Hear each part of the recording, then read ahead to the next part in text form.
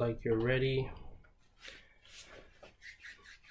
Okay, so it looks like we are just getting live now. And we're gonna begin this and get this posted onto YouTube. And we will be good. Okay, so let's just start from the beginning. At any time, if someone does want to just type in a question or something into the chat, I'll definitely go through, look at that, and be able to answer your questions. So let's just jump right into it and begin. We're 5 minutes past now. Let's just jump right into this. Okay. So basically, be sure while I'm doing this to take notes. These things are going to be very, very important. Something that you can add to the free course. Just a little bit more of information. We're only going to spend 2 hours on this. So it's definitely going to be useful information, things that you can apply. Really, really important concepts of trading. Okay.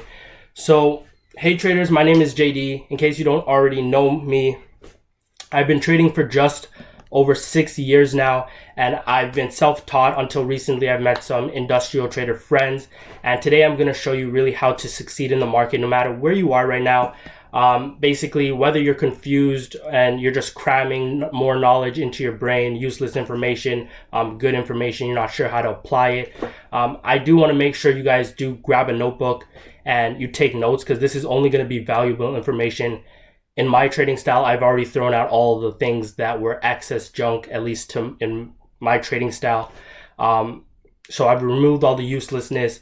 And if you've ever failed at trading by blowing your accounts, whether in the short term or the long term, if you failed because you have a lack of knowledge or just too much knowledge in that case and you're not sure what to do, if you failed because of just confusion or fear, let me explain to you guys right now that this is not your fault. I've been there too. I've been failing for 3 years before realizing what really matters in trading. And let me just tell you right now, it's not really your trading plan. Your trading plan is less. Your trading style is really dependent on you, but we're going to touch on that a little bit later. The key factor of trading is always going to be you. And let me just do something real quick. So there's a lot of trading information out there, and I will tell you that too much trading information will lead to paralysis in most cases for a lot of people. Being unsure of what is the right path to follow will confuse you and lead you from your success. If you've been concerned that you can't succeed with trading, well, let me tell you, it's not your fault. I want you for this webinar to put those fears aside and just try to see my perspective on the market. And you just need to have the right person explain it to you in a very simple way. It's confusing. That's what the bankers and the marketers really want you to think, even the market itself. And people would always say it's confusing, it's complicated, and it's only for the few. Impossible for the average person to ever succeed here. I just want you to think about it. Why would the bankers, why would all those top tier people actually want you to make more money? They were more likely to want you to have a job and commute and participate to the society in that fashion. Now, ultimately, making more money will just bring you closer to them, and that's where we're different. We need you to succeed. We need you to be happier, richer, and teach your children to inspire others and just spread positivity and be able to live their actual dreams, live out be able to express themselves, right? So that's why I'm here. That's why we're here ultimately. And I know you guys want to make an impact, and that's why we're all here. I want to be able to show you guys this trading opportunity, and let's make this happen. Welcome to the webinar, Everything Forex, the Essentials. Our goal today and every day is to increase your trading results, increase your positivity, and increase your will to not only survive, but to live. Okay, so I hope you guys were able to write down some of the things of what you will actually get from this webinar on this page here. Let me just verify that we have this up properly. Increase your trading. Okay. Result, increase your positivity. Okay, so we're just going to go through now and have another look at this. It looks like we are running properly. I am going to release this screen. Okay, so what you will be getting from this, the eight important, really important 8 factors from this. One will be understanding the mindset that you need to succeed, which is going to be the most important thing to take from this. Whether you don't really, when we touch on the other aspects like trading plan and risk management, other things like that, I want you to be able to stay mindful that the most important thing here is to have a winner's attitude towards trading. It's not going to do you any good to take 2 losses in a row and then get sad about this. To take a few losses and then get sad, so this doesn't work, I need to switch it up, I need to change something. That is not always the case. It's really important for you to stay consistent with what you're doing and understand that you need to be process oriented, not because you go to the casino and you take 3 losses in a row, or you take 4 losses in a row, does that mean that your system doesn't work, okay? We'll get more into detail on that. Number 2 is risk management, which will save your life and save your trading account's life in the long run. I do want you guys to be mindful of this. This is always the second most important thing, for me at least, to consider, because if you don't have any money to trade, you can't make a profit here. And your votes towards the market ultimately don't matter if you don't have money to contribute to society, to contribute to the market as a whole, okay? Number 3 would be understanding the movements that the price and the candlesticks are actually making. How does price move? We're going to be touching into that. What do the candles actually tell us? Because I know there's a lot of different ideas on what price is telling us, what the candlesticks are telling us. You guys are going to be able to see my perspective on this and how I go through and apply this to my own trading, okay? Number 4, I believe it is understanding what the actual market structure is telling you and how to understand that and how to react to what it is telling you. You know, we're going to touch on to how green ultimately means good, red ultimately means bad, and all the psychological and emotional detail towards that. The next one here is finally how to build your own trading plan to fit your own personality, because I do touch on this here and there, and it is really important to understand that not everybody's going to have an investor's personality. Not everybody's going to have a scalper's personality or a day trader's personality. It's really up to you to figure out what kind of personality do you have. What works best with you? Do you want to be holding your trades? Really, your whole trading plan depends on how you want to form it, right? You could be holding, you could be scalping, you could be day trading, you could be a whole type of things. We're going to touch on those. I'm just wanting you guys to be able to write these down, take notes of these. This is the last webinar that I do have planned that I will be doing. And once you guys stay to the end of this, we're going to be touching on I have a few things for you guys at the end, and it's just something you guys can definitely capitalize on if you guys wish to. Okay, so the next thing here is what are the results you're going to be getting from this. The external results would just ultimately be more profits and more comfortability while trading. If you're not comfortable while trading, profits are going to be extremely hard to come because you're stressing the situation, and there's really no need to there's no stress to profitable trading, okay? The internal results will definitely be mental clarity and having no more stress and confusion of trading. You're going to be understanding why certain processes are going on in the market. Why did this, like, I always touch on this as well, to journal your trades and document why you thought this trade won, why you thought this trade lost, and how did you feel towards it, and everything just like that, because you want to be able to look back at your trading journal or just look back at your trading experience and see, okay, this is how I can capitalize on this. I might have gotten out of this trade because I was scared. I might have gotten out of this trade because somebody told me to. Journaling your trades is always a good thing to do. Okay, so the last point here is make sure you stay till the end, because I do want to go through and be able to answer any of the trading questions you guys have, and like I'll just be able to support you guys in that way as well.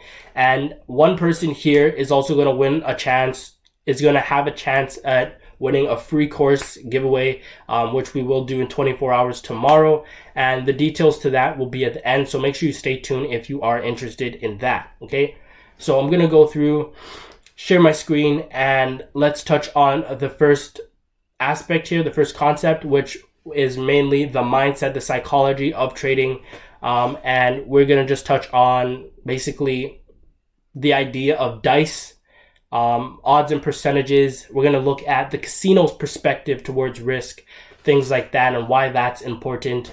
The winners and losers mentality, and then just the habits that you'll end up picking up from trading and how your habits translate into trading as a whole. Okay, so let me go through and share my screen, and I will do we will touch on these topics. Okay, so let's do this, and let's go straight to the chart. Okay, let me verify. Thanks. Thank you. I tried to make it really simple. I understand that things can really seem confusing sometimes, and the confusion really isn't necessary as long as you can bring your understanding to that place. Understand what it's like to experience these trades in a way, right? Let's actually go through and put this through. Okay, so let's just go on to the first thing here. Okay, so I just need some blank space here to draw some things. We're gonna touch on the mindset. Where is the brush tool? Okay, so the first thing, let's understand rolling dice. I hope by now at your age you've come into contact with rolling dice, playing dice. 1, 2, 3, 4, 5, 6, and you have different dice with different numbers on them. But pretty much what this is just going to say is having a good understanding of, just make sure this is running properly, having a good understanding of when you roll one die, you have a 1 in 6 chance of getting any number on there. It's just to have a general concept of the dice, okay? So you always have certain odds and percentages. Let's say you're taking trades now, and it's recommended you have a sample size of at least 20, okay? So let's say you have 20 trades that you can take. Let me just do 20 trades. Okay. I'm going to try not to make the writing too bad. I know I have bad writing skills. So let's say you go through and you take 20 trades, right? We're still going to apply this dice mentality to everything. And let's say you make 50% of your trades, okay? So out of 20 trades, you make 10 of them. A lot of people might not be comfortable with this, like straight off the bat, because you never know which trade is going to win and which trade is going to lose, okay?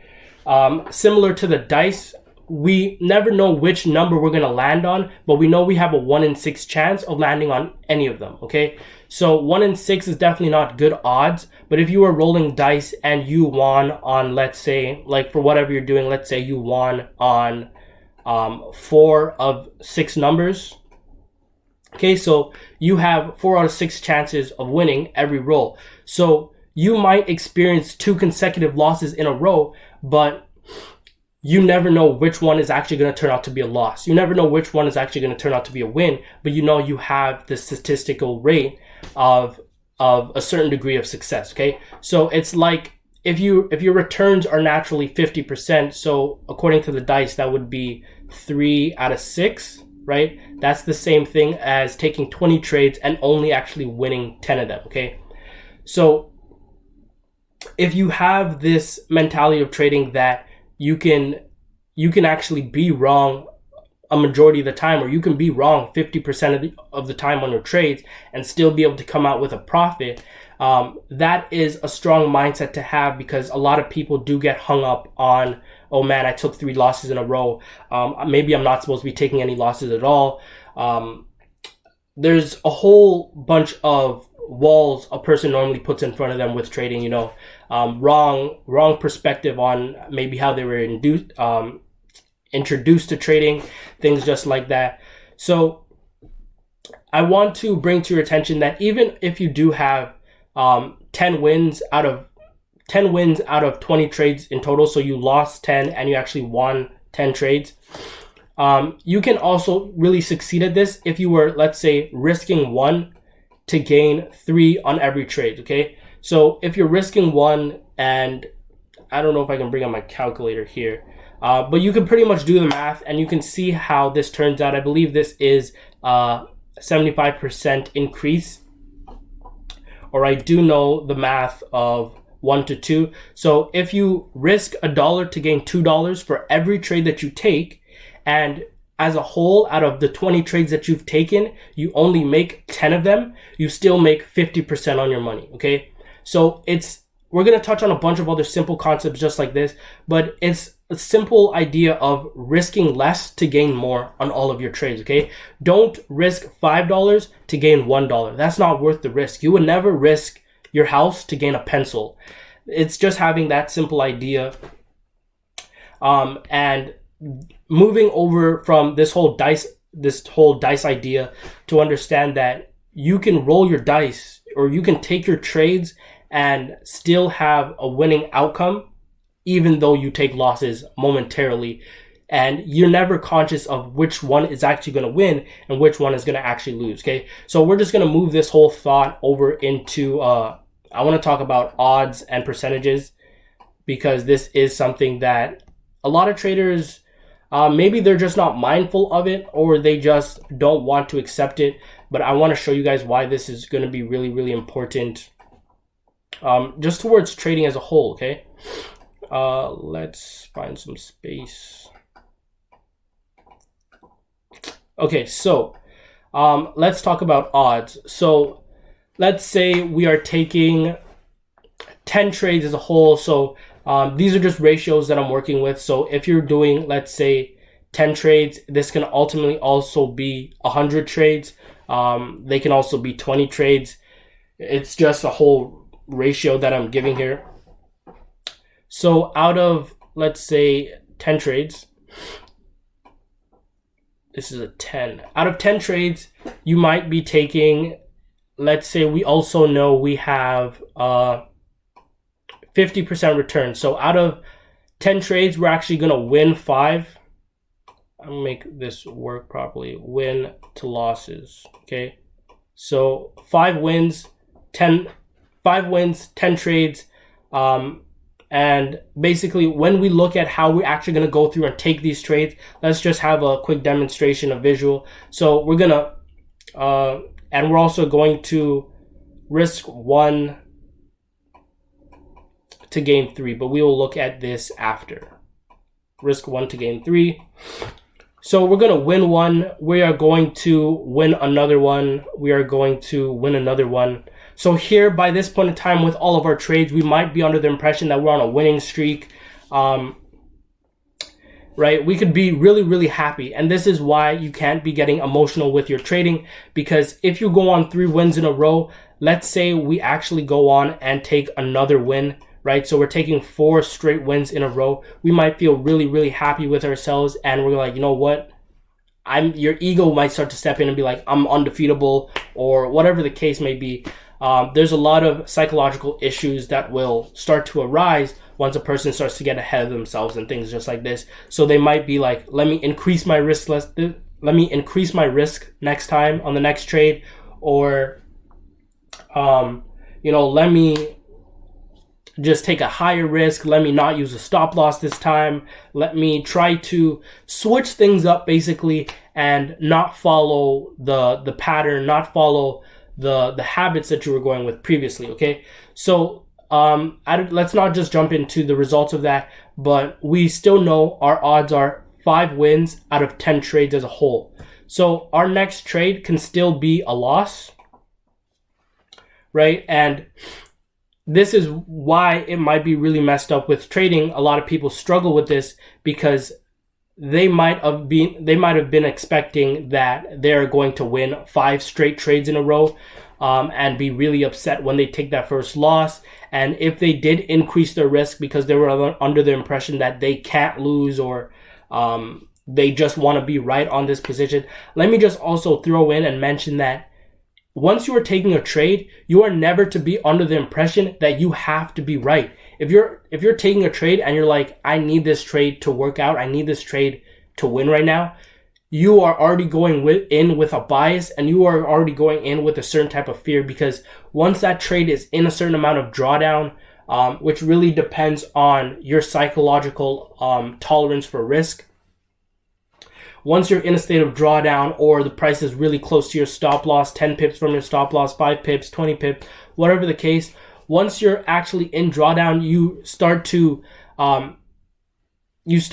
panic in a way where you're like, oh man, what if this doesn't work? You might try to increase your risk after that. And that's not going with the systematic trading plan that you might have had.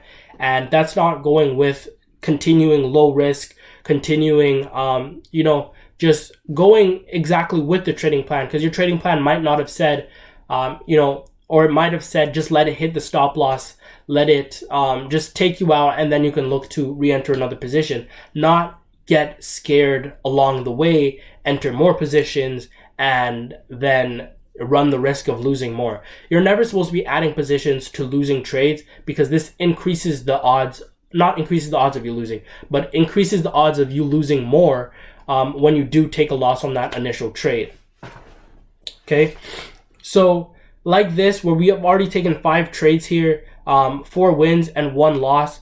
When we continue to go through, we might go through and take, let's say 1, 2, so that's 3 losses in a row, and there we take another loss. We're still supposed to take 2 more trades. So if we take 4 losses in a row, we're going to start to think, oh my God, this probably doesn't work. A lot of traders might not even get to the idea that they're on a losing streak. And I believe we will touch on this as well, that there are winning streaks, there are losing streaks. Every trader is going to go through these, and I will go through and touch on why these happen. We're going to touch on these in a little bit when we look at the candlesticks and why price actually moves.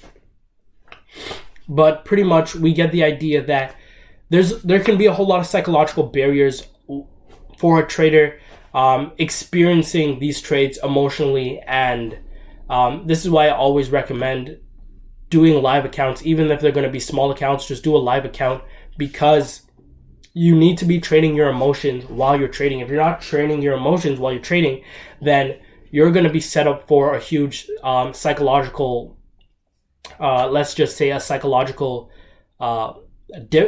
difference between demo trading and actual live trading. There's a really, really, really, really big psychological difference. So you always got to be training your mindset to stay compatible with the market. I'm sure a lot of traders probably have that experience where they might do really good demo trading, and once they go to a live account, they start to realize, oh my God, they're panicking, they're doing this. And that's just because people normally have such a close emotional connection to their money. It's really important that you remove that connection, or else you're going to feel all of the ups and downs for every dollar that you have, making sure that this was spent right, that this was put to proper use. Just understand that there are opportunities, and you must just a very famous quote that I actually like that says, send your limited soldiers out where they may succeed. So even if you don't succeed on one of them, it's okay, because like we will discuss here, you have a trading plan, you have a rate of success. So you're conscious of the fact that you can lose 4 out of 10 trades and still make a return. You can win 5 out of your 10 trades and still make a profit. You can even win 3 out of 10 trades and still make a profit just by, let's say, risking 1 to gain 10 on all your trades. So risking $1 to gain $10. It's risk management is going to be one of those really important things.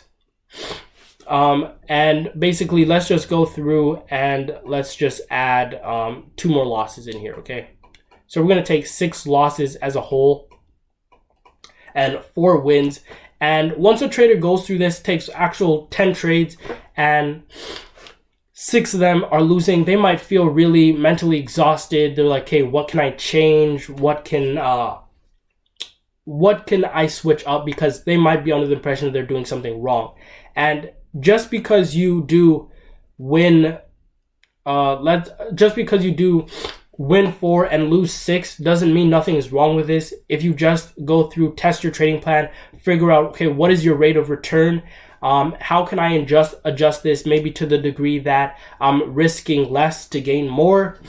There can be a bunch of other things, like maybe how you're stacking your trades, compounding.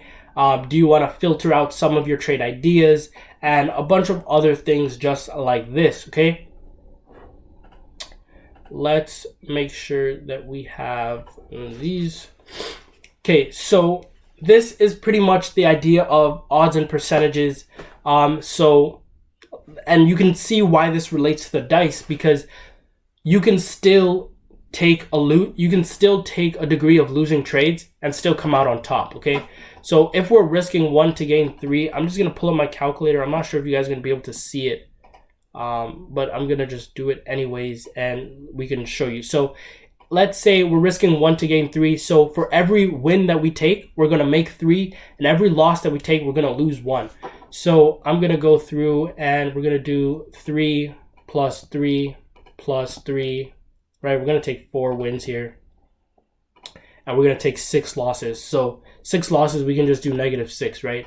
Simple math. So even though we took 4 wins and 6 losses, risking 1 to 3 on all of our trades, we still came out with 6 on top, right? Which is 60%, whether that's from the 10 trades that we took, from 100 trades that we took, whatever the case, okay? So I hope this is understandable. We touch on the dice. Yeah. And then we moved on to odds and percentages. That's really one of the foundation ideas behind successful trading. The next idea I want to look at is the casino, okay? So I don't know if you guys have been to a casino. Just a second.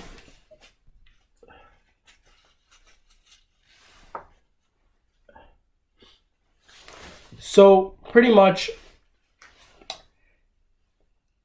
I know you guys must be aware that there are people who go to casinos and actually make some money. They leave the casino with more money than they came in with. So this puts us under the impression that you do have times that the casino does lose money, okay? A casino isn't going to shut down business just because it has 1 negative day, or it has 2 negative days, 3 negative days. A casino must be able to continue running if they are to generate money. They totally are they totally have the mindset that we will be giving out a smaller percentage than we're actually making.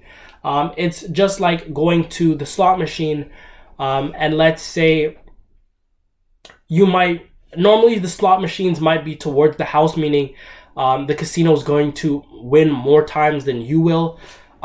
So that pretty much just goes to say, I could be losing, and this is why this goes into with the odds and percentages and the dice.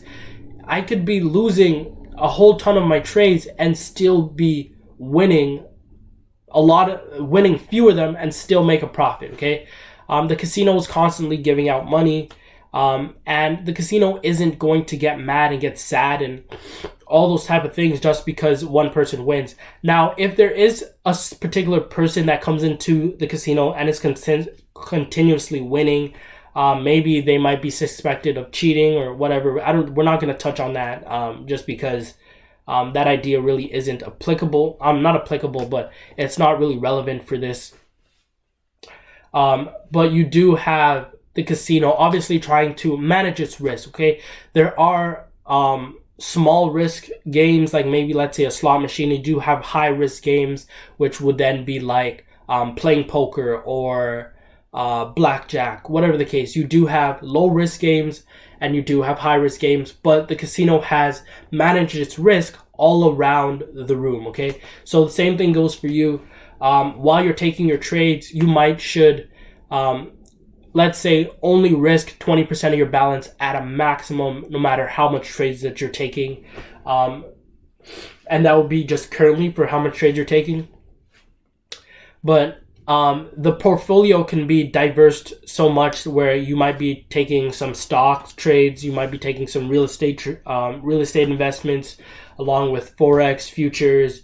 You can really diversify it so much. But the point is to diversify your risk in such a manner where you are safe to the degree that you can lose, whether taking a loss for the day or taking a loss for the month, and still being able to come back. Okay, survival is going to be the most important key to making a comeback. Okay, even with the coronavirus thing going on right now, the only way that basically you'll be returning to work when this whole thing is over is if you survive these times. If you don't survive these times, you won't be able to go back to work and continue to make money like that. Okay, so the casino has this idea: don't run out of money while taking these losses, so that it can actually make more money in the long run. Okay, so this is a really important idea. Apply this to your trading, and the way you apply it is just by don't lose all your money in one day. Don't lose all your money in 1 week. Try to, I would always recommend my students take a sample size of 20, like especially in the beginning if you're not familiar with how trading works. And I always suggest the $10 challenge, where you can take you can take a certain amount of losses in a row, and let's say you take 20 trades in a row just because you want that sample size and you want to be able to look at it later and be like, okay, you know what? I won 7 out of the trades and I lost the other 13 trades. But let me be able to look at this and see, okay, maybe I can improve like this. Maybe I can increase my risk to reward ratio. Maybe there's something that I can improve on. But you can grab a sample size to see, okay, I didn't lose all my balance within these 20 trades. Maybe I lost 95% of my balance within these 20 trades. Maybe I increased 50%. But having a good sample size of at least 20 will be really good to look at and be able to see, okay, these are the results of this trading plan over 20 trades.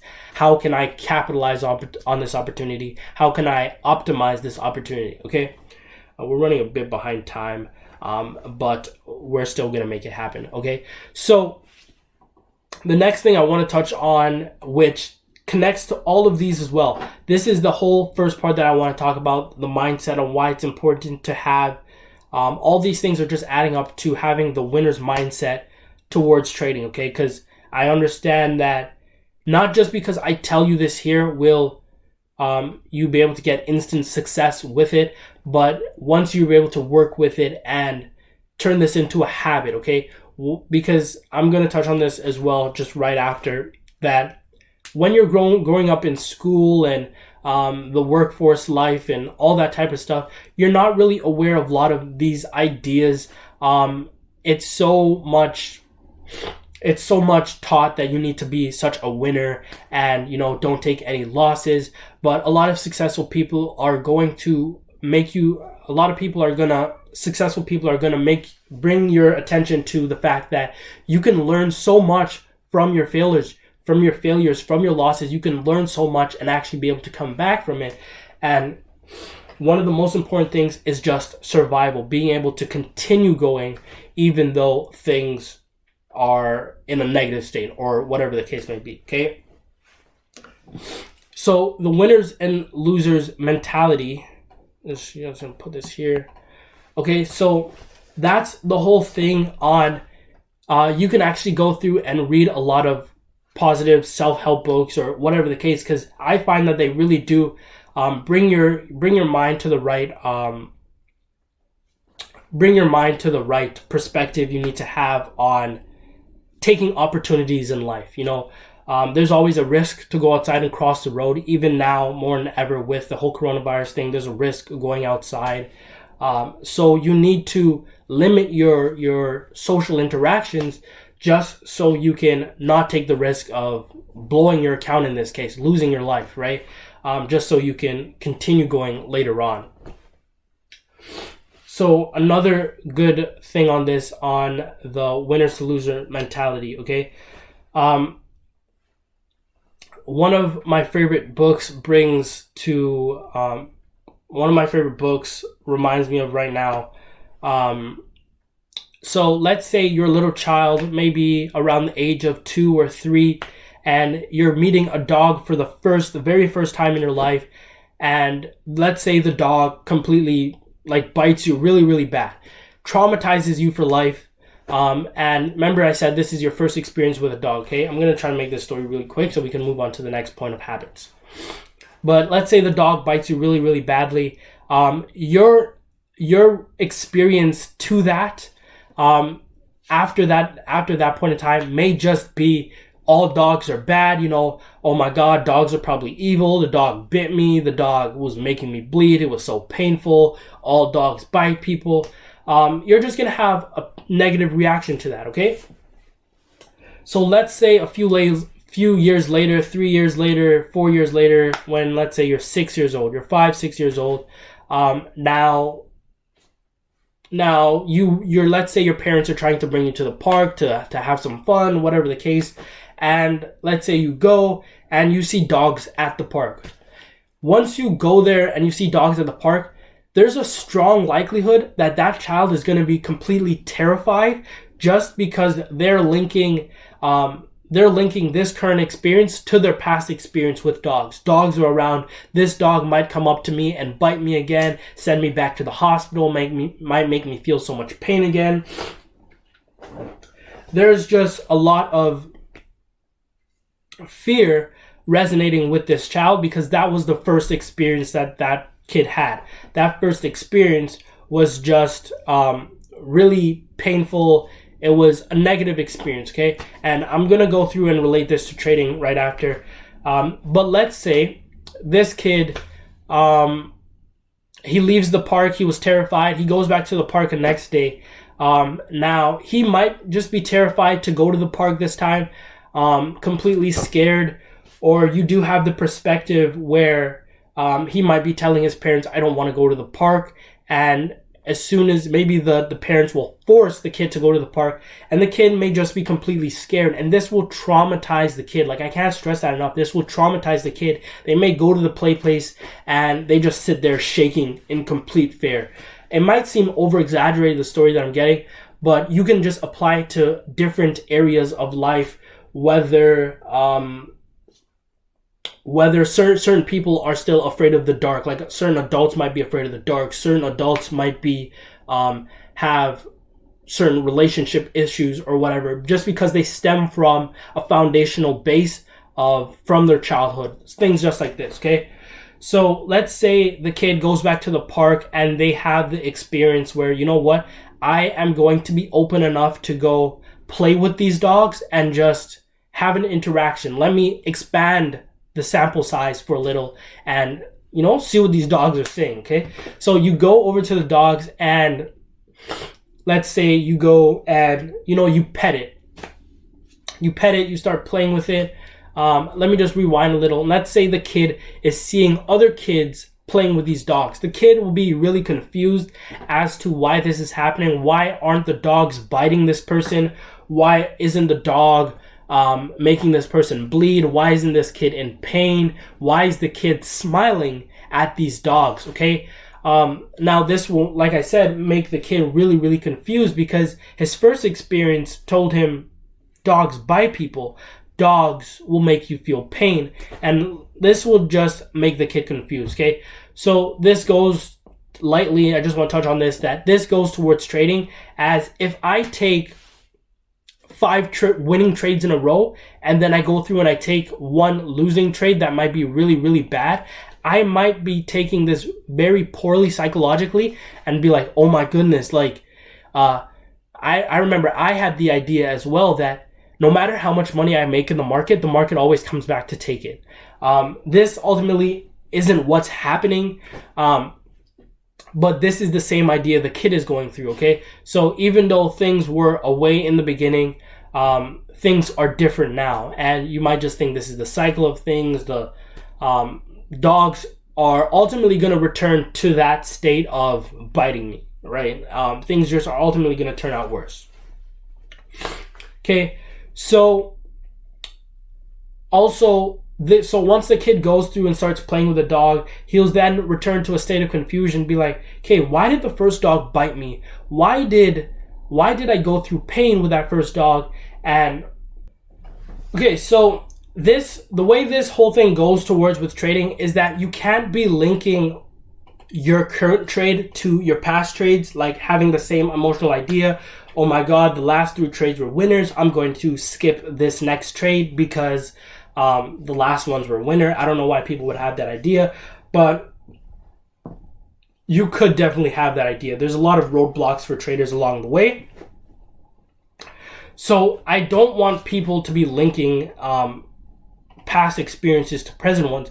The market does have a random approach, and we will be touching on that in a little bit later. I just need to pick up the pace.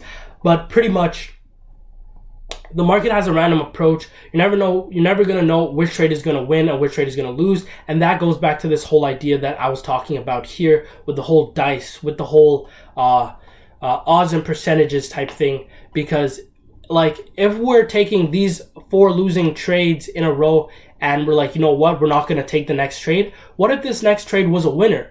We would have just ruined our total results because we were linking this current trade opportunity to the past ones. Okay, like let's say this trade, they're all winners, and we want to hop in and take these trades, and they turn out to be losers. We might be very stubborn with the trade as well to, let's say, remove our stop loss, which is something we never want to do. We might remove our stop loss because we want to give it more room to breathe, just because the last 4 trades were winners. Okay, you don't link past experiences to the present one, because every trading opportunity is random. Every trading opportunity has a random outcome, and I don't really want to touch on it, but anybody who says they have a 92 winning average pattern or all those type of things, those things are completely like, they don't work that way. Just because if you have a head and shoulders pattern, if you have an engulfing pattern, if you have certain harmonic patterns, or what other patterns do you have? Triangles, ranges, trend lines. I know everybody has losing days or losing trades with these patterns, no matter how successful they're supposed to be. They all have losing times, and we will touch on why that happens, okay? But not everybody is looking at the market with the same tools, okay? And even if everybody was looking at the market with the same tools, everybody would still be losing to a degree, just because when I make money from my winning trades, I take my trades from losing traders. So a certain degree of people have, the money's always being displaced from left to right, right to left, right to left, left to right.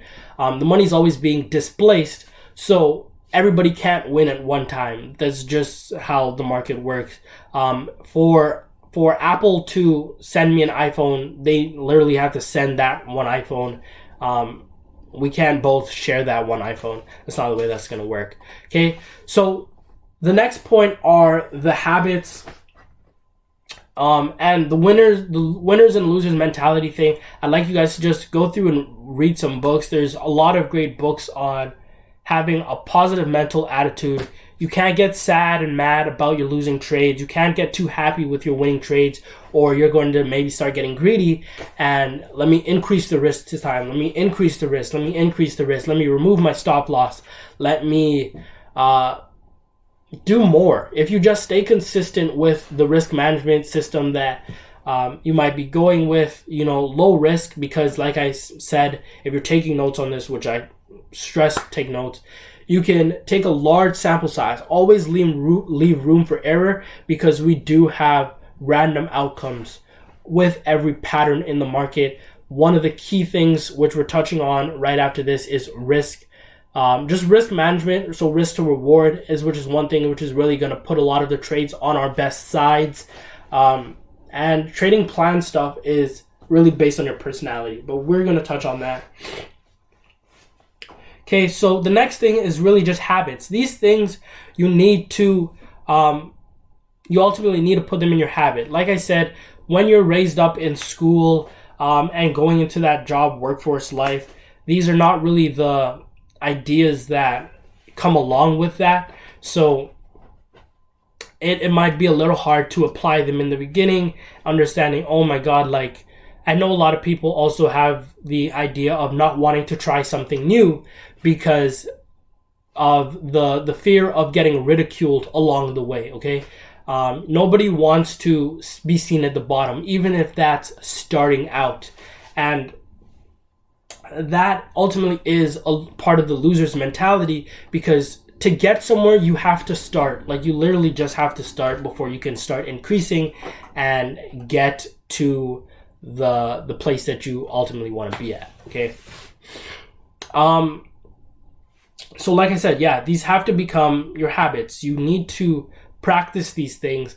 And that's why the free course says practice, read it twice a day. Just because you read it once isn't going to put it deep in your subconscious mind where, like for me, I'm not even trying to do stuff that are outside of my trading plan unless I'm testing something. I can follow I know my trading plan completely deep set in my head. I don't have to refer to my course. I don't have to refer to any paper I've written down in the past. It's deep in my head. And for a lot of people, it's not like that.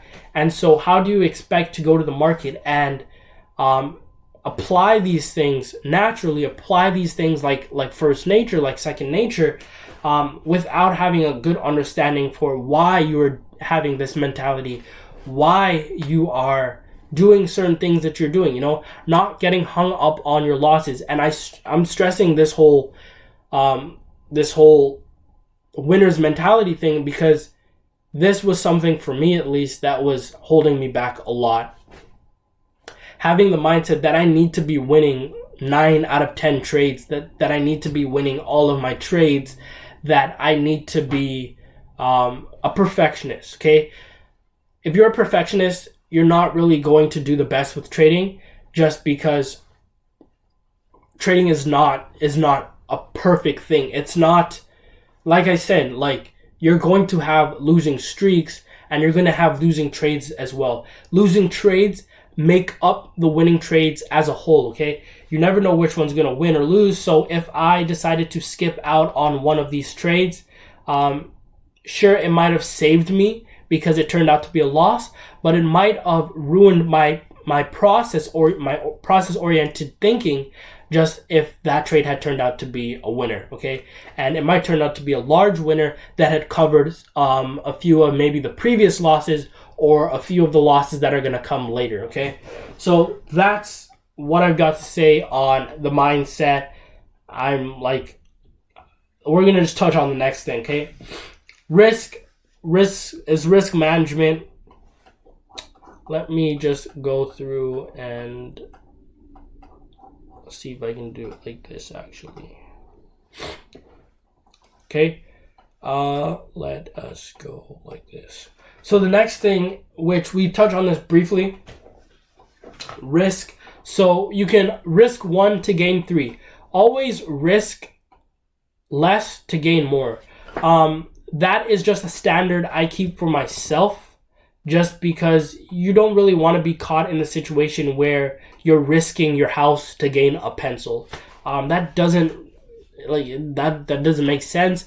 I'm not sure who would do it, but I'm pretty sure you do have people who would do it. Like, in these times with the coronavirus, if you're chilling out in public for no reason, that's sort of the risk you're taking. You're risking your life to, for a few social interactions, whatever the case. You're not really taking the precaution on your life where you can, you might be going out to the bar to spend $50, right? But you're taking that risk of making millions later because you might lose your life in this process of spending this $50. It's just have a straightforward risk to reward ratio with all your trades. And this doesn't mean to break it along the route. You might be taking trades and realizing they only go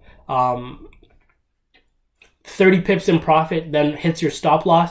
if it's to your plan that you're supposed to keep your stop loss in place and just continue with the process, then that's what you're supposed to do, regardless if it keeps hitting your stop loss. And this is one of the big mental walls that people have along the way, is because if a lot of their trades go a little bit into profit, then hit their stop loss like 5 times in a row, this just makes a person sad. And I'm just trying to show you that you need to keep going, because you're going to have one of those trades where, let's say, you're risking 1 to gain 5, right? And if you took 5 losses in a row, that one trade just balanced out the previous 5 losses, okay? So actually, we did cover a few of these in the other thing that we drew. So this is just risk to reward. Risk less to gain more, okay? And you also have the idea where you're going to risk 2% or less, right? 2% or less. And you can always gain at least, let's say, 6% or more. Okay? So in worst case situation, if you're going to lose a trade, you can lose 2% of your trade. This varies a lot depending on how much money you want to throw into your account, yada, yada, yada. But you risk less to gain more. That's a really big idea. I'm never hopping, like I could. Another thing as well is trading what you're comfortable with. If you're not trading with comfortability, you could be stressing the situation. Oh my God, I'm in 20 pips of drawdown. Should I be in drawdown? Why am I in drawdown? Oh, I didn't put my stop loss in. And it just creates a whole lot of fear. This is why I always recommend trading with a live account, so you can get used to how your emotions react to the market and how you can adapt, okay? So the next thing is having an edge.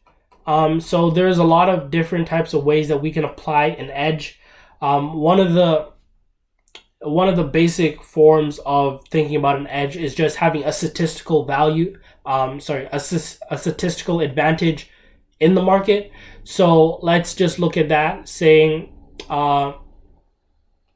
we're winning 7 out of 10 trades. Okay, this is a statistical advantage in the market. In the terms of numbers, you could also be doing, let's say, 5 out of 10, but risking 1 to gain. Let's do risk 1 to gain something simple. Risk 1 to gain 10, okay? And in this one here, you could be risking 1 to gain 2. Okay, this, let me just put R. And then this one is just pretty much how much trades you've taken. We're just going to put T for trades. Okay. And let me make it a little confusing. Do it like this. Okay, so you have what is your actual results of your trading plan. How much are you winning out of your sample size? And then the other aspect to that is your risk to reward ratio. Are you risking less to gain more ultimately? Okay, so this is aiding to our edge in the market, our statistical advantage, not taking a trade everywhere and anywhere you want, but taking a trade while the ideas are best, okay?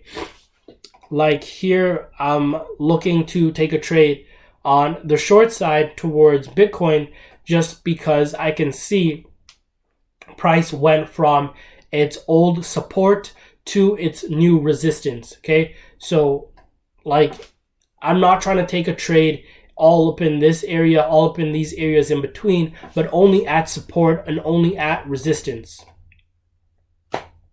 Okay, so that's what we gotta say about having an edge in the market. Have some type of statistical advantage. So run your trading plan, run do your back testing and see what do you have a win to loss advantage, or do you need to optimize it a little to add a risk to reward advantage. Do you need to add a stacking advantage, which is compounding, which we're going to touch on next? So I can actually show you guys here by this example. Let me just, let's do it like this. So here we have, so here we pretty much have, ultimately, we have a floor area, right? Let me just draw this in. We have a floor area here, and we go back up to the ceiling area, which is the resistance, okay? So the way we go through and do all of this is we can track the minor movements of the market. Even we can just do it here on this time frame. Let's go like this.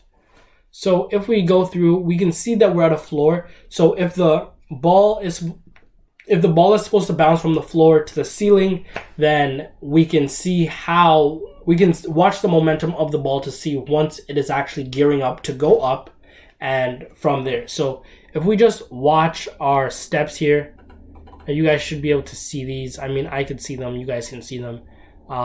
We have these step-like ideas where we can see the floor moving. Okay, so boom, boom. Okay, can we see that? And then we come back up here, we break through the floor, giving multiple ideas for this as well. Let me delete this one. And then we can see we start to fall. We cannot maintain a higher price, so we begin to fall, break through these floors, right? So we're breaking through the floors, and this is pretty much at the state that we're at now from a higher time frame, from the daily time frame. These levels here will pretty much be 4-hour time frame zones, but you can get the idea on stacking your trades. Okay, so we would have been able to, let's make this another color. Oops, I don't know what's going on. We would have been able to enter a trade, let's say here. Ultimately, our first trade would have been at the main support area, the main floor. And then our next idea, as we can see, price is starting to give uptrend market structure, which if you refer back to the course, uptrend market structure is just this, right? Simple as that. Ranging is going to be left to right. And then you have downtrend structure, which is just like this. So we're going to get more and more reasons to buy as price is going up. And there's actually a very good descriptive picture like this, where it's like, okay, this is a good buy, this is a good buying area, this is a good buying area, this is a good buying area. And then once price starts to break through these floors, you say goodbye to your trades. You know, you're done with your trades because they are no longer making new highs. And the market structure literally is telling you this. And we're going to touch on that more in two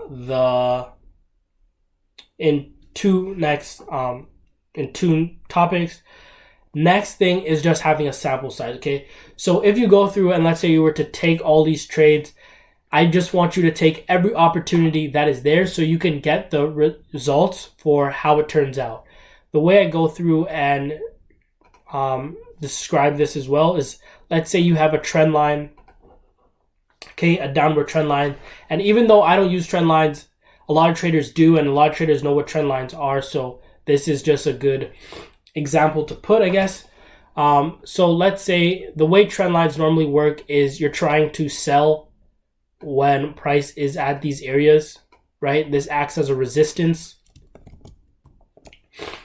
So ideally, what I do want you to do is just take every opportunity that appears, okay? So even though we know we're going to try to sell these,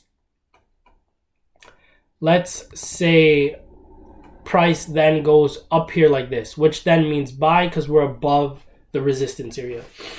If we choose to buy this and price actually goes back down, right, So we took a loss here.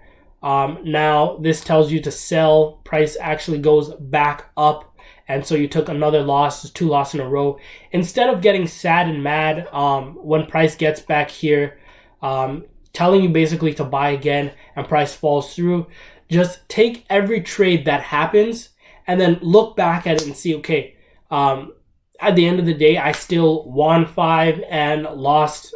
I still won 5 out of my 10 trades, and I can capitalize on this because I can risk 1 to gain 2, still get a 50% return.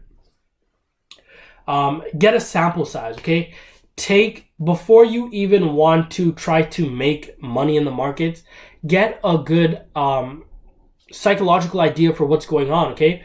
Do I need to actually adjust what I'm doing, or do I need to continue with what I'm doing, okay? Because a lot of people stop doing what they're doing because they're not getting the results right now, okay? A lot of things are process oriented. How do you get to age 20 if you're not in the process of just getting there? You're not going to just be born at the age of 20. That it just doesn't happen that way, okay? The next thing which we're going to touch on is going to be the price, okay? So let's just go and look at some candles. What is a good pair right now? I don't even know. We can just look at this. Okay? So let's talk about the price. If all you guys have the free course, and the way this pretty much works is, if we're looking at the anatomy of the candle, we know, let me find a really good one. Let's just go to this. We have the high, which tells us high optimism. This is the people feeling at its best, okay? Here we have the low, which is our low of depression, which tells us the people were feeling at its worst, okay? Ultimately, you have the open of the candle, and you have the close of the candle as well. So we can just see the relay of emotions, optimism. The optimism can't be held, right? Not only are we getting to high points, but we're closing down below. So even though we're feeling some optimism during the period, ultimately by the end of the day, we're feeling worse. We're feeling worse. But you can see by the momentum that, let's go back a little, that it's small, a bit bigger, and then a bit smaller. We can see some more optimism starting to come in. The next day we get more optimism. The candle actually closes green to show you we're feeling a bit better than we did yesterday. And we see more green, and more green, and more green. Okay. And if you do apply the time frame, go to the time frame analysis page, you can apply top-down analysis to be like, okay, if the weekly is up, I can be on the 4-hour looking for buying trades, for long trades, things just like that. That's really as simple as the anatomy goes. Up means up and down means down. It's the same thing we're taught, whether it's in school, whether you're learning how to drive, and it's the road lights. Green means up, down. Green means advancing, and red ultimately means depressive. It's falling. Things are in a negative state. Same thing for this, where we can see we got a real low here. Sorry. Let's say what we have here is the display of emotion, okay? Maybe there is another chart which can show this as well. So even if we're on the weekly time frame, right, we can see that we're getting a terrible emotional state from the Australian compared to the US. So the US is actually doing really good in the prior weeks. Not last week, but in the prior weeks as well. The US was doing fairly well. That's why you had the Australian falling. Okay, so we can see we got a red one, a little bit bigger, a little bit bigger, a little bit bigger, a little bit bigger. Then we can see that there's, let's say, a release of funds. Okay, so there's somewhat of an exhaustion of the selling pressure, the negative emotions going on in Australia, but we do get a retest of our previous low, our previous support turn resistance, and we can see the sellers continue to flood into the market. Okay, this was an old support where we got a buying idea, right? And we're spanning back from 2008, okay? So we're still getting more selling pressure, and we're not getting the market structure. We're not getting bullish market structure to tell us that we're going up. We're getting bearish market structure, right? With bearish market structure, we can expect to sell. We came back down to this support area, which spans back from 2013. Right, so you can basically see the world is going to be trying to reject that area from 2003. We're in 2020. The world doesn't want to be in the same financial state, pretty much psychological and financial state as 2003. Okay, so you got to understand. I talk about this as well in other places. You have, let's say, the $1 million person, or the $1 million person. Okay. So if I can just draw this here actually. You have a resistance area and you have a support area. Let's put another one in the middle. This, let's say, is 100. This is 10. And let's make this 1,000. We'll just do 1K. Okay. So if this is you here,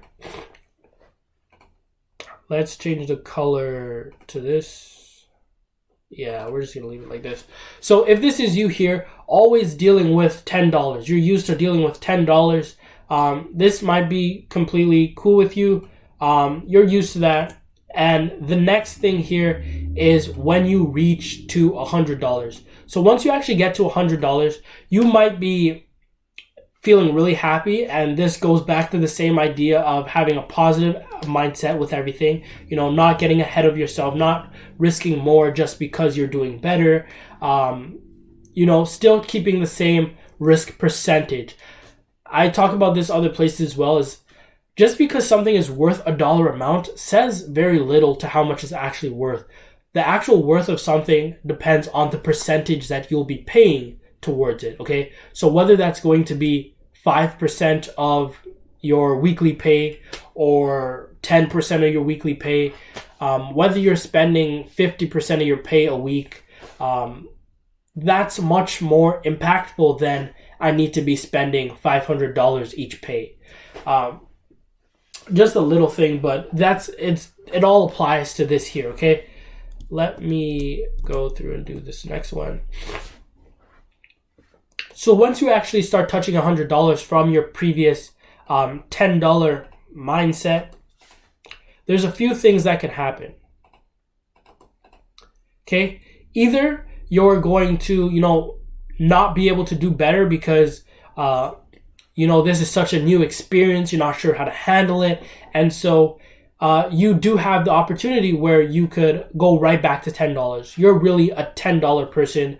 You can't handle more. You can't take care of more. So you're just going to end up losing it and going back to that $10 person, that $10 mindset that you were at, okay?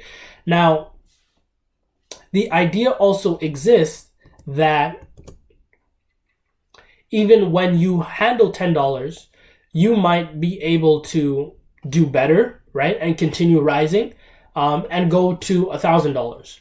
So this is why you might see my analysis, and I've always, from support and resistance, we can either go up or go down from this area. And then personally, I wait for the red candle to show me red. Sellers are coming in, green candle to show me buyers are coming in. We can continue advancing, or we are going to fall. So let's take the idea here where we went from $10 to $100. And then we got a lot of psychological pressure where we fell back down to the $10 range, okay? So since we've fallen back to the $10 range, if we are to get another opportunity to go back to 100, Once we get back to 100, we are presented with the same, if not more, psychological pressure to make use of this opportunity of being at 100. Either I would have learned from my previous situation and be able to rise to 1,000 now, or I will also be like, oh man, last time I was here, I really messed up. Everybody around me was hating, whatever. I can't handle doing more right now. I'm just probably gonna take this, or for whatever reason, there can be 1,000 different reasons to why something could be happening. And this is why I'm going to touch into the randomness of the market as well, because not everybody is using a moving average. Not everybody is using the RSI. Not everybody's using trend lines and everything like this. So you're going to have a lot of different opinions in the market at different times. Who's right? The person who's long or short right now. Neither of them is right or wrong, but it's the person who is following their trading plan that is actually going to be successful. Whether they take a loss or not, if you can follow your trading plan and you're staying consistent with that, you can actually be so much more successful than you see me long right now, so you want to copy me. That's not the way to go about doing stuff, because you might have no idea what I'm doing, okay? So once we return to the $100, we could fall back down. You just can't handle the pressure, or you could start consolidating at this area here, just unable to rise and unable to fall. You just want to be at a standstill, okay? So this is how I go through and I explain this. It's a really good idea to understand that there are times where the market will be able to make new highs, and there will be times where the market won't be able to make new highs. And it's like here, once we broke through this area psychologically, we then got the pressure to the upside to return to, where is this area? Back from May 2009, April 2009, where we went back to that next psychological resistance area. The same thing goes always and forever. It's either the person is going to do something new and surpass it, or not do something new and fall, okay?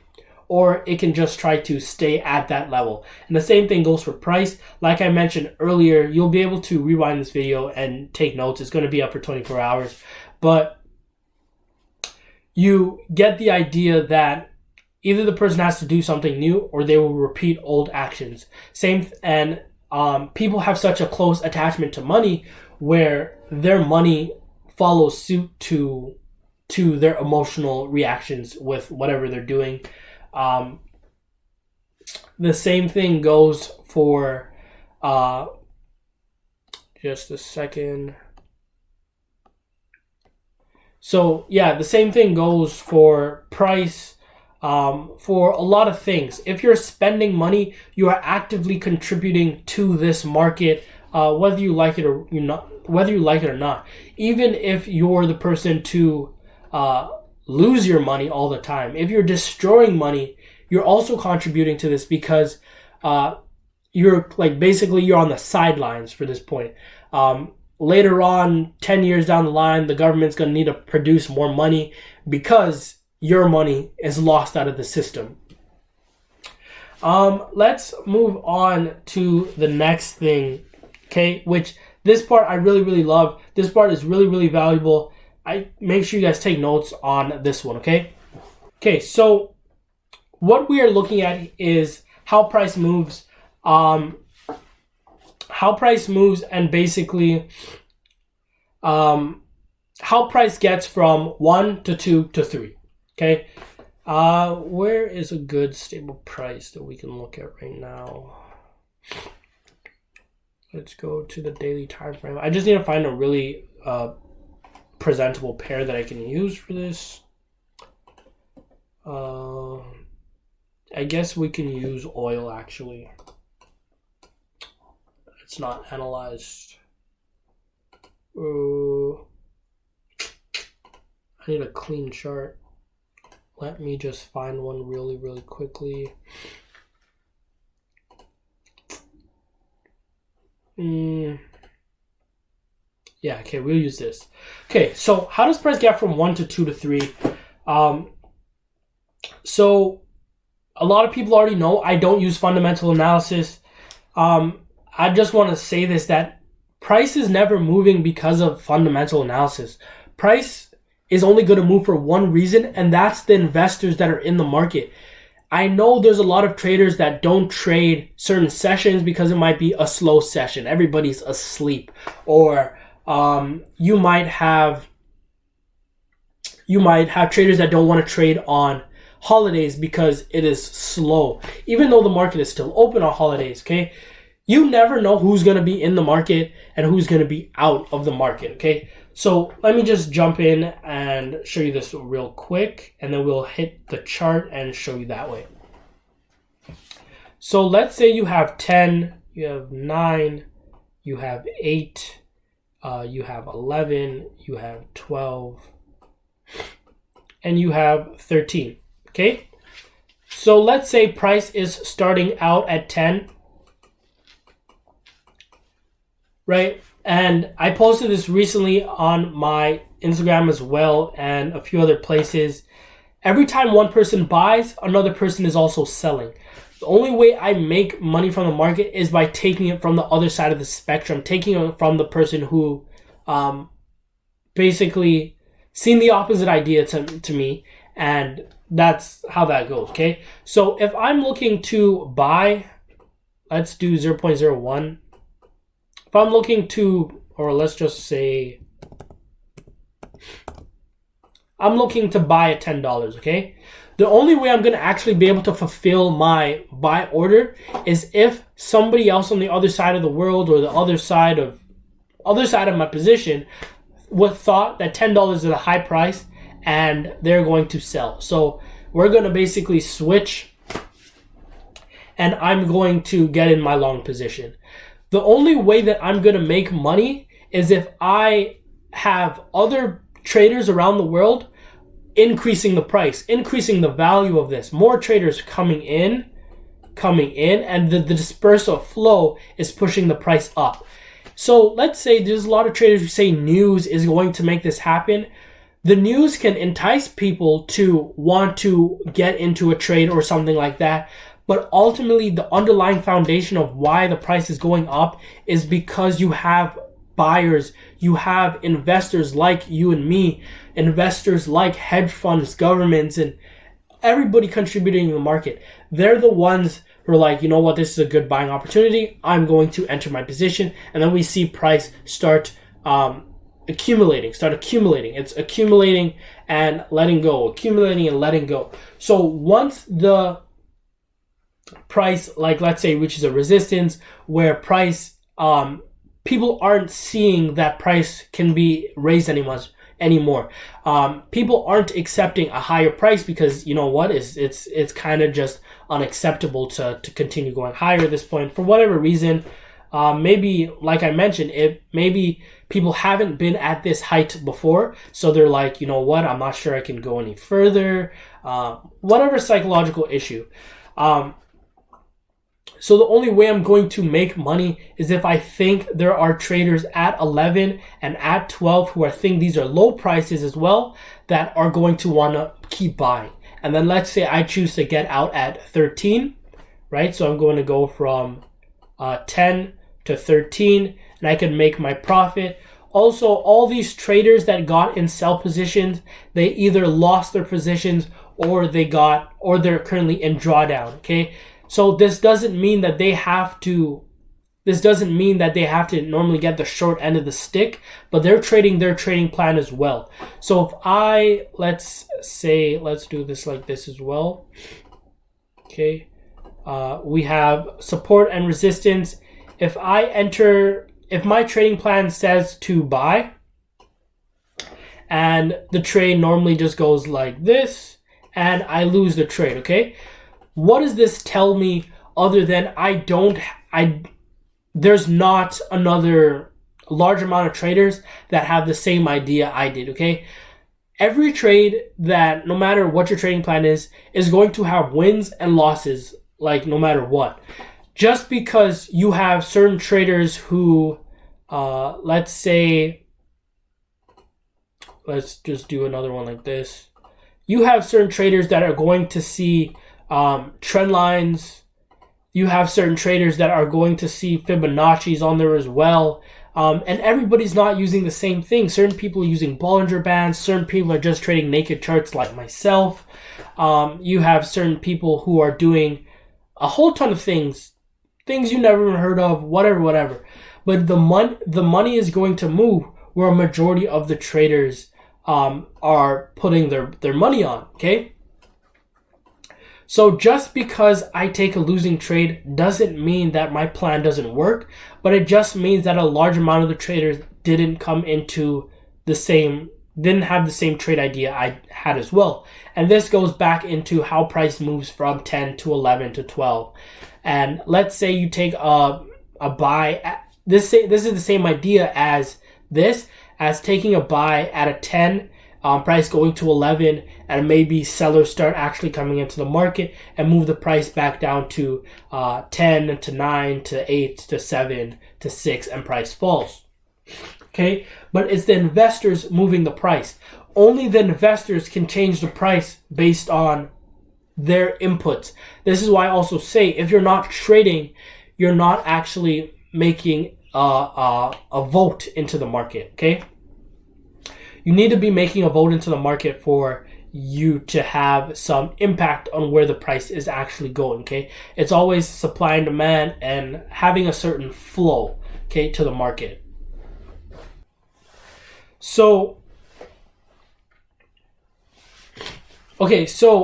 the next thing here, make sure you guys take notes on this. This is really, really important. Price moves for no other reason. Price isn't moving because the moving average said it would. Price isn't moving because I said it would. Price ultimately moves because this is where a large amount of the money is going. This is how the people of the country, how the investors around the world are reacting to, whether it's fundamental information, whether that's just technical information. The market is moving based on the investors, okay? So we have about 30 minutes left, and we are going to touch on these last two things, okay? So this one won't take too long, but this is really simple. The structure of the market. You can look at the page. You can look at the page on market structure. The market has three trends. Ultimately has three trends. It can't do both. It can do both depending on the time frame. Like you can have the weekly on an uptrend and you can have the 15-minute on a downtrend. But it's always best to trade in the direction of the major trend, okay? So you have uptrend uptrend identifier as this. Basically, all patterns are to continue themselves until they don't. That's just the rule to the habits. Okay. Then you have the next pattern, which is like this. Pretty much, like I said, trends are going to continue until they don't. So we're going to try to stay in that consolidating area until we ultimately leave it, and we can go down into an uptrend or a downtrend from any of these states, okay? So take the higher trend, take the weekly or the monthly or the daily. Like I mentioned as well, this depends on your trading style. This depends on what your goals are for the market and how you want to turn this around, okay? So you grab the higher trend. What is the trend in the market? Is it consolidating right now? Is it an uptrend? Is it a downtrend? And you go down to the lower time frame and you can repeat your support and resistance drawing zones. You can repeat all of that on the lower time frame and trade in the direction of the major trend. Now, just because I also explain this as a river, sure, rivers go downstream, or let's say a majority of the rivers go downstream, but every flow of the water isn't downstream. You have a lot of the flow of the water hitting against the edges, going back. You have a lot of waves and all the type of currents and type of thing that also go against the trend, okay? So it's always good to go with a majority of the flow. just because you have a downtrend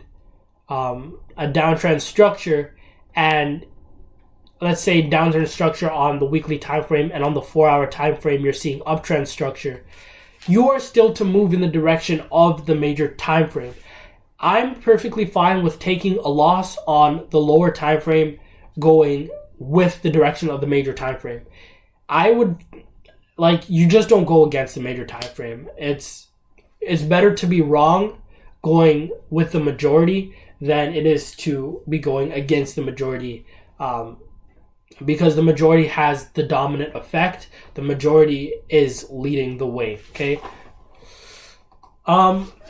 So that's, like, market structure is a really simple thing. If you can just track these and find out what state the market is in, like here we can look and we can see the market is in a downtrend situation. Okay, if we do start forming uptrend market structure, then we can be looking for price to start going to the upside ultimately, right? Let us remove some of these. Okay, so market structure, let me see if I can show another example real quick.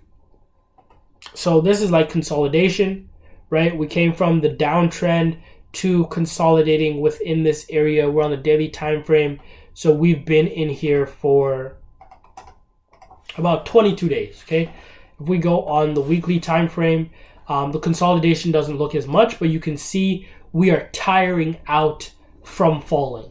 So we're tiring out from falling. So if it's not going down, it went to consolidation, then gives us the opportunity to go back into an uptrend.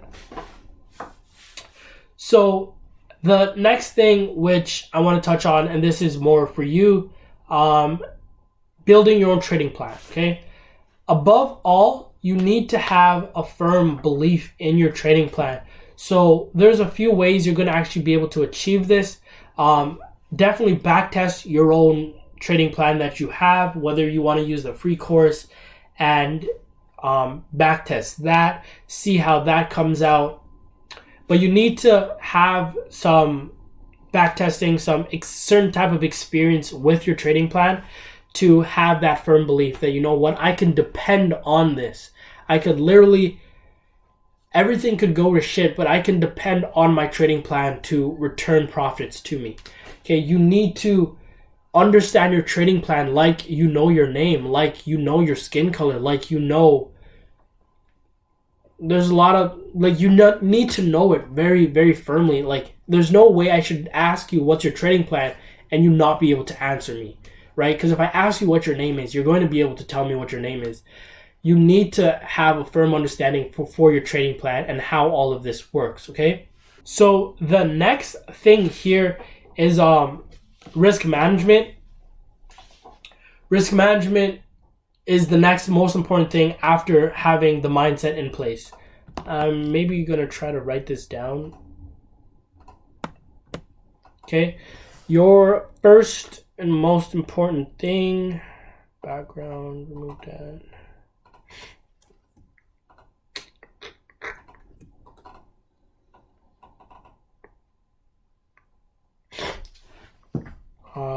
Let's make this a little bit bigger. Okay, so your first and most important thing is having a proper mindset, having the winner's mentality. I'm taking notes on this. You guys should be taking notes on this too. Like, this is literally such an important information. And it's really up to the people to be able to take value from it. If you can't take value from it, then if you can't take value from a situation, this just ultimately tells you that you might need to work on your winner's mentality, because there's value in all situations. No matter if you're talking with someone for 5 minutes, there's something valuable, a thought, an idea, or something that you can pull out of this to capitalize on, okay? So you got to have the winner's mindset, right, for your trading plan. Let me do this trading plan. Okay, you need to have that mindset.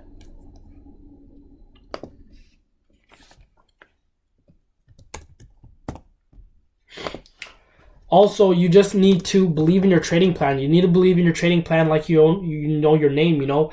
You can't be switching up your trading plan every week just because you took a few losses. Like, you can't take a random approach. If you take a random approach with trading, you're going to get random results. Ultimately, you need to stay firm in your plan. You need to stay executing. It's like really just as simple as that, okay? So the next most important thing is risk management, right? If you have no money to trade, you cannot make any money from the markets. Risk management. So you need, I would always say, risk at least 0.01 per $100 or more in the market. You know, keep your risk low, being able to capitalize on the opportunities that you will be presented with, right? And from there, we are, you need to be able to do that. And another aspect to this, which is just going to be, so let's say risk 1 with the reward of 3+. Okay, so you can risk 1, or you can also be comfortable with risk 1 to gain 2, but this is something you just need to be comfortable with. If you want to risk 2 to gain 1, you can do that, but it's something you need to be comfortable with. If you are not comfortable while trading, you're going to be producing a lot of fears in the market. And one thing I want to touch on as well is the brain's ability to find patterns and things, okay? A lot of times, if you have like a polka dot ceiling, you might be able to look at the ceiling and make images out and make a whole different type of thing. Here in North America, if you look at an outlet, so the things that you plug your fridge or any like electricity things into, people say that looks like a smiley face, but ultimately it doesn't. Sure, it looks like that, but it's just the brain making patterns. So if I said, like recently I said, the pound Australian is going to increase. It's going to, I'm placing a long position on it basically. What a lot of people might do from that point is go onto their charts, scan every time frame and search for an opportunity. And why this is a bad thing is because the brain literally tries to make situations familiar. The brain tries to give us patterns that we're used to, something that we can take advantage of. And it might even see something that is not really there, okay? You're literally searching and searching for opportunities, but it's going to make you willing to take opportunities that are also not good, okay? So that's why it's also important to have the mindset in place, to have the firm belief in your trading plan. So no matter what anybody else says, no matter how many people might doubt you, oh, that can never work, or you need to switch it up like this and like this, as long as you're getting your desired results, you need to maintain and continue with that and not get sad and mad because you take a few losses, not to deter from your path because of the obstacles along the way. So the next thing would be time frame. And I would always say put 2 time frames in between. So you need 2 time frames, right? You need the trend. You call it the trend. And the second one would then be your entries. Okay? So, and I would always put 2 time frames in between this. So let's go IE 1 week for trend. Okay, and then this also goes to, you can do the 4 hour or 1 hour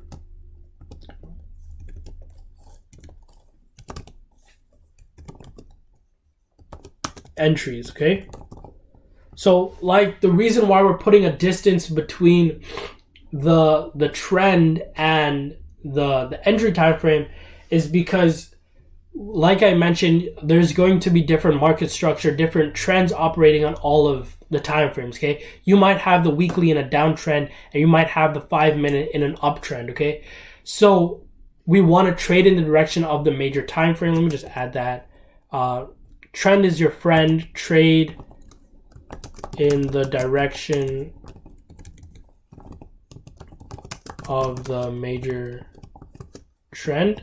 Okay, so if the weekly is on an uptrend, you're going to be on the 4-hour and the 1-hour, depending on what you want to do, and try to capitalize on these opportunities. Take the opportunities that go in the direction of the weekly time frame. Always just put 2 time frames in between so you can give it some space, some space to add up. If you would never want to use one time frame, for example, let's say the weekly is the trend and you also want to enter on the weekly, just because it doesn't give you any distance in between, it doesn't give you any room to capitalize on the minor moves of the market. Okay, they don't have to be minor as small, but minor as in percentage, right? We can look at it as percentage.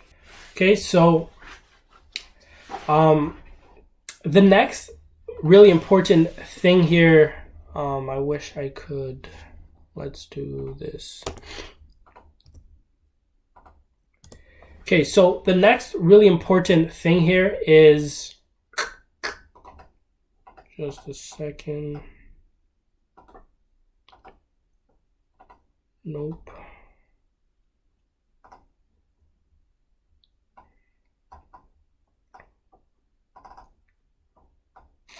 Okay, yeah. So the next most important thing with building your own trading plan is definitely going to be having a way to read the price. Okay, so I personally don't use indicators and stuff like that, but you can use them.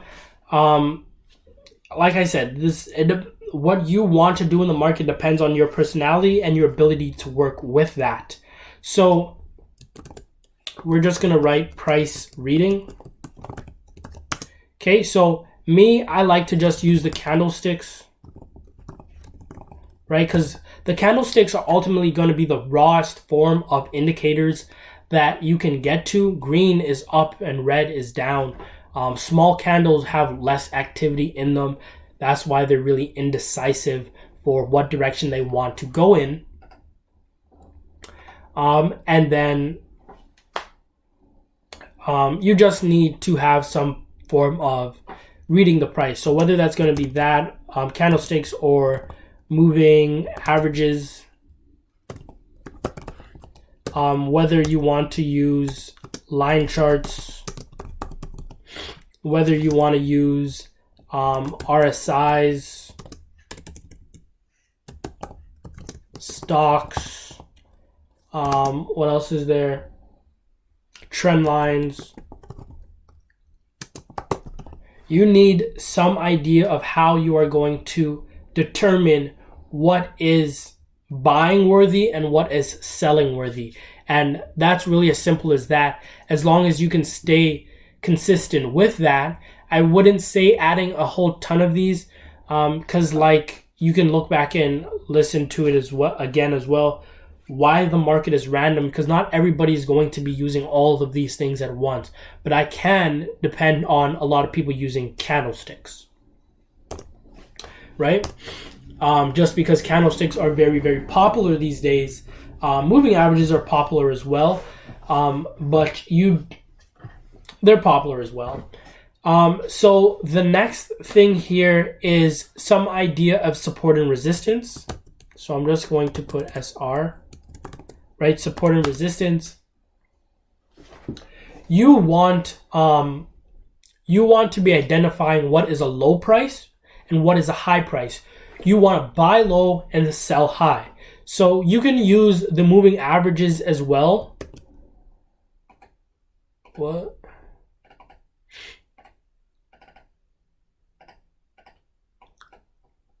You can use the moving averages as well to determine support and resistance. I don't cover that just because I don't really want to jump into all of that. It's not really important. It's not really it's not necessary to be using moving averages. So I don't really want to jump into how to use that as support and resistance. But like how I always show it here and from the free course as well, support and resistance, price is going to go through them, right? And where price fails to advance, it fails to advance for a reason. Who cares what the reason is? It fails to advance, and it's going to pose as a psychological issue in the future. Let's go through and add some other ones. So we can also be using, like the ones I use, which will be horizontal support and resistance.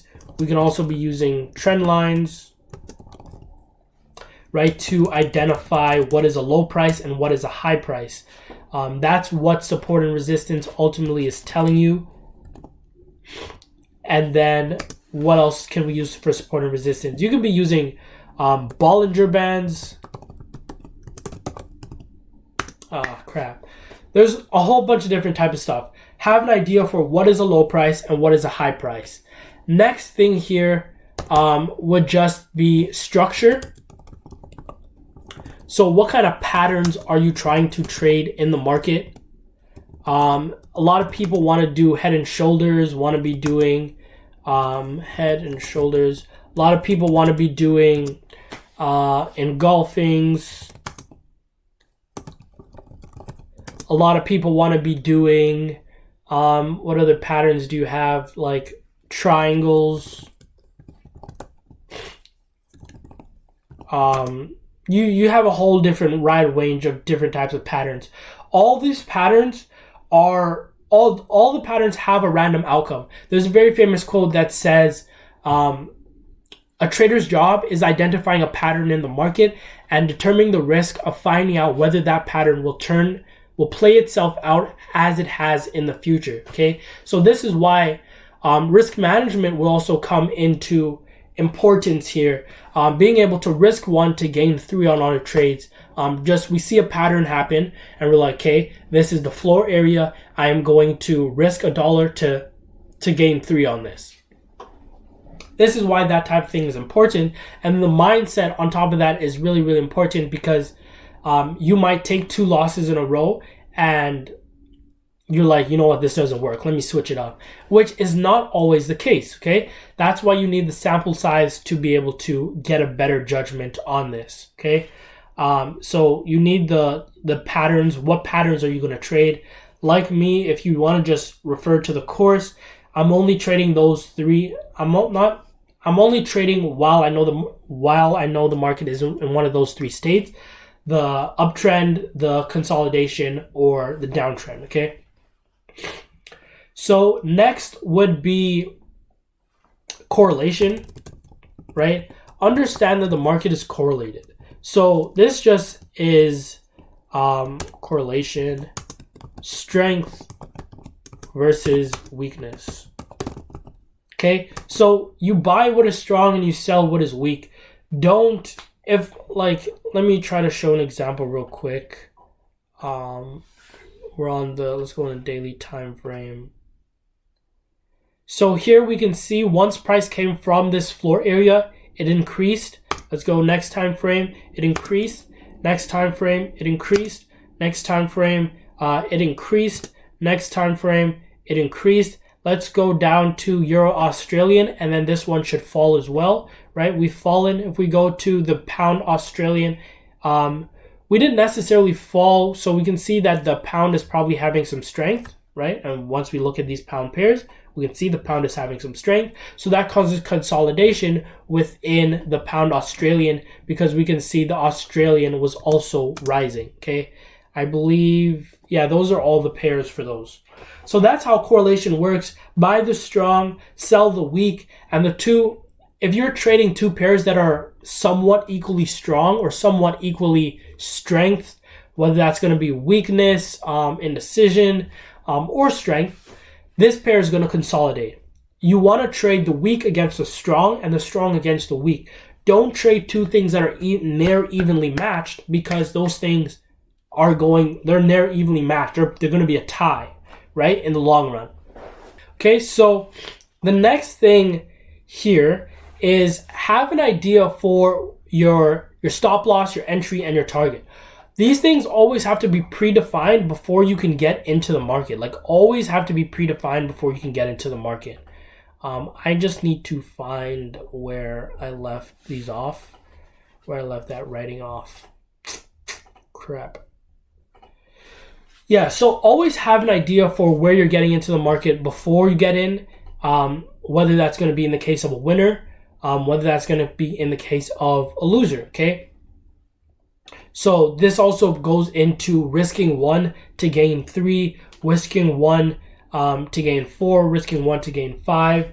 This is a really simple and important concept to apply. A lot of people, I also see a lot of people who might be risking 1 to gain 1, and then the next time they're risking 5 to gain 2, or risking, it's not always the best idea to risk less to gain more.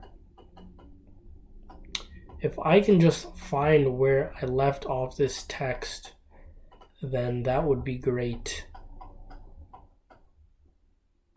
I think I can actually find it if I went, sorry, just a moment. Object tree.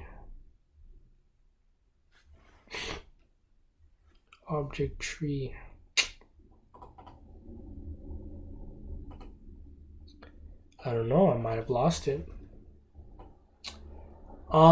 So pretty much always these things have to be predefined. If you go back into the free course, there is a page on the mental checklist.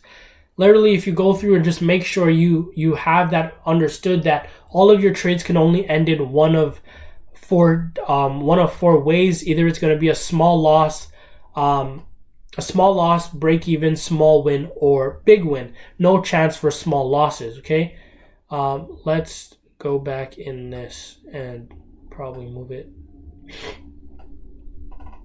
Correlation, okay?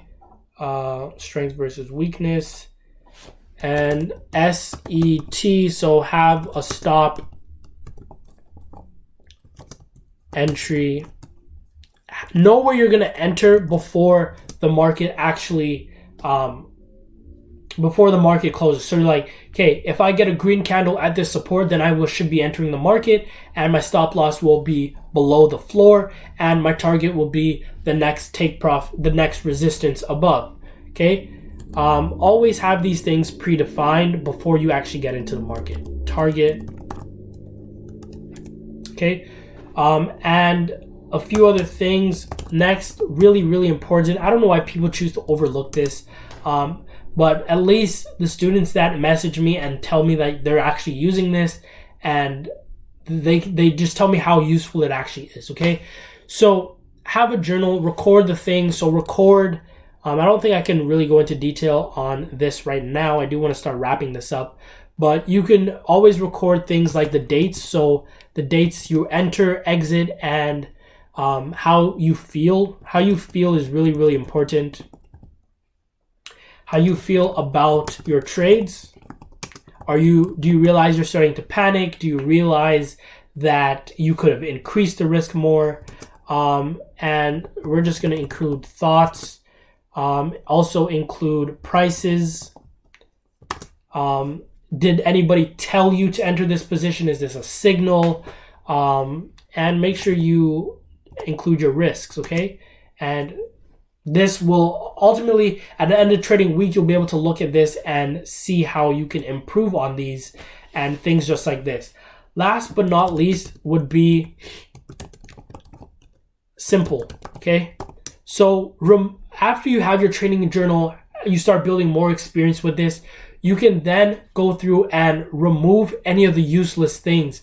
If you find that you don't need to be using trend lines, you don't need to be using Fibonacci, you don't need to be using fundamental analysis, whatever the case, just try to remove stuff. The more stuff that you can remove from your trading, the more independent you'll be able to be, because a lot of traders, let's say, use the moving averages. What if one day you wake up and moving averages is not, like, there's no longer a moving average calculators? Are you going to really start calculating the whole moving average thing by yourself? I mean, sure, there's a lot of traders who might go through and do that. But a lot of traders, I know at least 85% of traders are going to stop using it because they're not about the work. They're just not about it.